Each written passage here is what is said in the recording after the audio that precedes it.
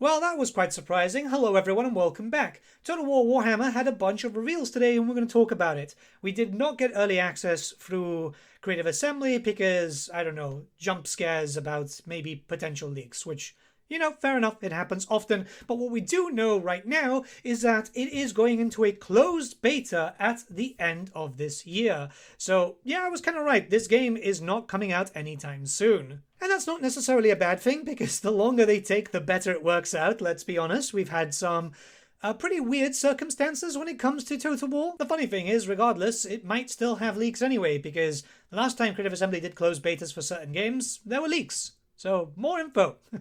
Anyways, let's talk about the reveals and dissect a few things, right? They have shown off a decent amount of gameplay here, a lot of combat. Now, keep in mind that this could still be studio magic, so I would still say wait until full-on Let's Plays until you start making a decision whether or not you want to buy this game, because this has happened in the past, not just with Creative Assembly, but many other studios. Now, they have showed off a decent amount of new units, including Baneblades and 2 Legendary Lords, which, I called it, 3 weeks ago or whatever. It was kind of expected, right? Gazcool and doing the Armageddon stuff just makes a lot of sense. Follow up to what GW are doing themselves. We do have to talk about the UI. Obviously, a lot different to what we're normally used to. It does look like it's quite clean in terms of unit positioning, and you do get a decent amount. I would say that the unit card needs to be a bit smaller, though, when it comes to stats and stuff. Not a lot of stats showcased.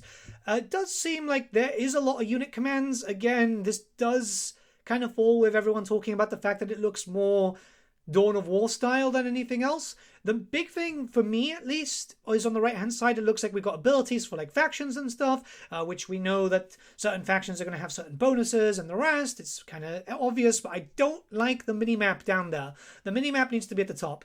The morale bar, weird, right? I guess it's very different, so we're going to have to get used to it more than anything else. Unit options seem quite varied. We can see quite a decent amount of the guard roster. I'm not seeing control groups though, so hopefully that is a thing there. It does look like there's 2 characters, so maybe Lord and Hero or 2 different lords. This hasn't shown all the units that we've seen on it, so we're going to have to talk about it. It does look like the roster is going to be quite big. That'll be a future video down the line. I want to dissect what's left of this video because there's still quite a lot to talk about. The story being set in Armageddon makes a lot of sense. Games Workshop are centering it around Armageddon with their brand new edition for the tabletop, and they have stated that there's going to be more stories in the future. Alongside, it seems that they are going to be doing, from what I understand in the video, another narrative intro, kind of like the Godslayer intro for Total War Warhammer 3. That is actually very good news, if that is the case, because at the end of the day, that was one of the best introductions to Total War possible, because there's a lot of people jumping onto the franchise. So the more new player friendly it is, the better it's going to work for everyone.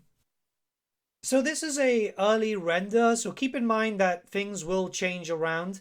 I know some people are going to say it looks a bit too cartoony, but this is just how it is. Creative Assembly's art is never really represented on how it's going to look in the game. Yarrick looks cool.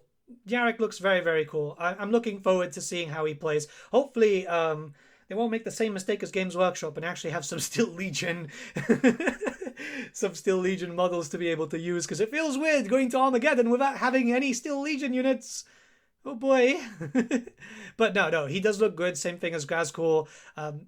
I wonder what characters they're going to go. They'll probably do Gulliman for the Space Marines.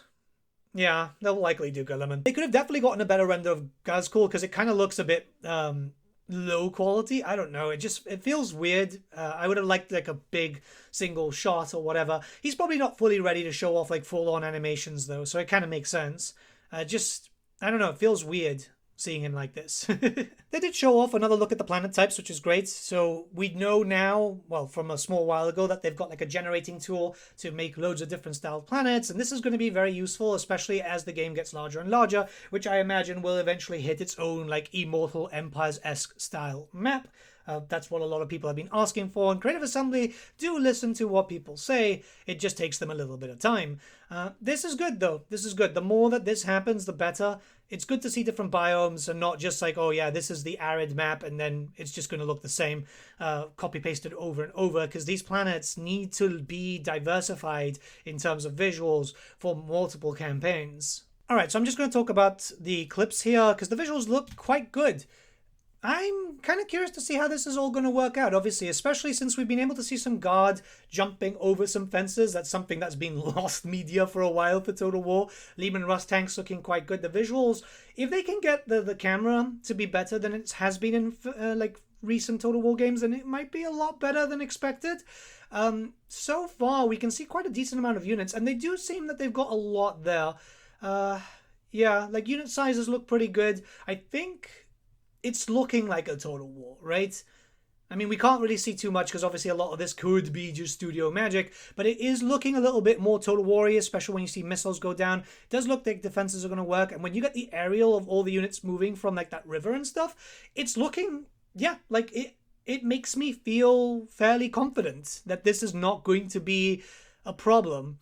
Obviously, the fact that they're taking the time is a good thing, but I want to see more. I want to see units coming from left, right, and center. I want to see the damage output from certain big weapons like the Baneblade, and it would be nice to just see some stats, right? Obviously, these stats would not be representative of the final product, but just the idea of how stats will generally work.